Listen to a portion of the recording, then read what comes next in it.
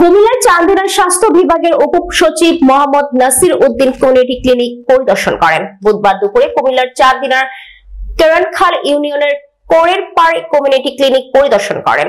পরিদর্শনকালে JICA বাংলাদেশের community স্বাস্থ্য consultant SM. Rezaul ইসলাম, Naoki ইয়ামদা, Chandina উপজেলা স্বাস্থ্য ও পরিবার পরিকল্পনা কর্মকর্তা ডক্টর মোহাম্মদ আরিফুর রহমান উপস্থিত ছিলেন। এই সময় তিনি উপসচিব ক্লিনিকের তহবিল সংগ্রহ, রক্ষণাবেক্ষণ এবং সামগ্রিক ব্যবস্থাপনা, ডায়াবেটিস, উচ্চ রক্তচাপ পরিমাপের প্রক্রিয়া পর্যবেক্ষণ ও প্রতিরোধমূলক ব্যবস্থা সম্পর্কে কর্মরত সিএইচসিপিদের পরামর্শ প্রদান করেন।